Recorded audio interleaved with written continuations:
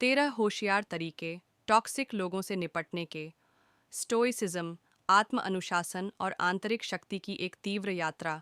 कुछ लोग ऐसे होते हैं जिनकी उपस्थिति ही जहर जैसी होती है। वे शब्दों से वार नहीं करते, वे आत्मा को खा जाते हैं।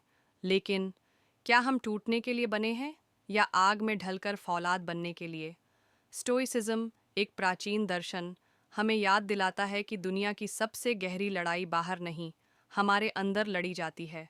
और हम उस युद्ध के योद्धा हैं। जैसा कि सेनेका ने कहा था, हम अधिकांश दुख अपने मन की कल्पनाओं से भुगतते हैं, वास्तविकता से नहीं।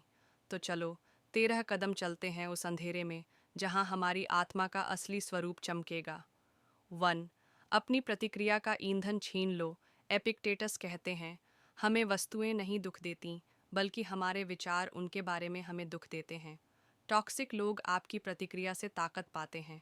अगर तुम शांत रहो, स्थिर रहो, वे कमज़ोर पड़ जाते हैं। अपनी प्रतिक्रिया वापस खींच लो, उन्हें अपने ऊपर अधिकार मत दो। दूसरों की परछाइयों को देखो, उनके जख्मों को समझो। मार्कस ऑनरेलियस हर सुबह खुद से कहते थे, आज मुझे ऐसे लोगों से मिलना होगा जो अहंकारी होंगे, ईर्ष्यालु होंगे, धोखेबाज होंगे। यह नकारात्मकता नहीं है, यह आत्म तैयारी है।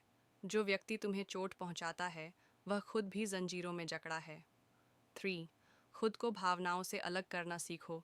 अपमान को पकड़कर रखना ऐसा है जैसे जलती हुई लकड़ी को अपनी हथेली में दबा लेना।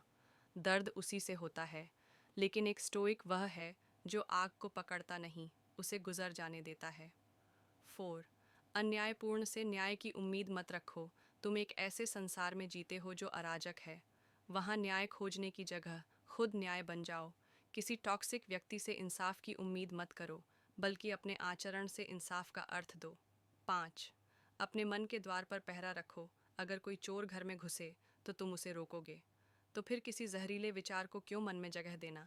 जैनों ने हमें सिखाया था, मन एक मंदिर है, उसमें केवल सत्य और आवश्यक बातें ही प्रवेश करें। 6. विष को शक्ति में बदलो। हर कड़वी बात, हर धोखा, हर अपमान एक चुनौती है तुम्हें गढ़ने की। तुम्हें कमज़ोर करने नहीं, तुम्हें मजबूत बनाने। याद रखो, जिसने खुद को जीत लिया उसने पूरी दुनिया जीत ली। जैनो 7. दूरी बनाना कमज़ोरी नहीं है, स्टोइसिज्म कहता है, दया और दूरी साथ रह सकते हैं। किसी जहरीले व्यक्ति से दूर होना खुद को बचाना है, न कि उसे सज़ा देना। दया ज़रूरी है, लेकिन खुद की कीमत पर नहीं। 8. पहले खुद को देखो, फिर दूसरों को। कभी किसी को टॉक्सिक कहने से पहले क्या तुमने अपनी छाया देखी? क्या तुम प्रतिक्रिया दे रहे हो या अपनी ही चोटों से लड़ रहे हो? स्टोइक पहले अपने अंदर उतरता है, फिर दुनिया को देखता है। 9. प्रतिशोध की इच्छा को पीछे छोड़ो। मार्कस ऑनरेलियस ने कहा, सबसे अच्छा बदला यह है कि तुम अपने दुश्मन जैसे न बनो। बदला कभी शांति नहीं देता, वह केवल घाव को लंबा करता है। माफ़ करना कमज़ोरी नहीं, आत्मिक बल है। 10. आंतरिक मौन को साधो। शोर के बीच केवल वही सुन सकता है जो भीतर शांत है। टॉक्सिसिटी वहाँ नहीं पनपती जहाँ चित्त शांत है। हर इंसल्ट पर जवाब मत दो, अपने मौन को उत्तर बनने दो। 11. जहर को अपनी पहचान मत बनने दो। तुम्हारे ऊपर कहे गए शब्द तुम्हारी परछाई नहीं है। जो तुम्हारा नहीं, उसे लौटा दो। स्टोइक अपनी आत्मा को किसी और के जहर से रंगने नहीं देता। 12. पहले से ही अभ्यास करो। जिस तरह योद्धा तलवार चलाना अभ्यास करता है, वैसे ही तुम भी कठिन परिस्थितियों का पूर्वाभ्यास करो। अपमान सुनो, लेकिन प्रतिक्रिया मत दो। आलोचना सहो, लेकिन भीतर शांति रखो। इस अभ्यास से ही आत्मा फौलाद बनती है। 13. दया नहीं, उद्देश्य चुनो।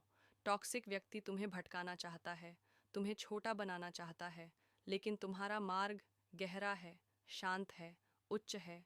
तुम यहाँ किसी को जवाब देने नहीं आए, तुम यहाँ स्वयं को जानने आए हो। याद रखो, हम दूसरों को नहीं बदलते, हम खुद को मजबूत बनाते हैं।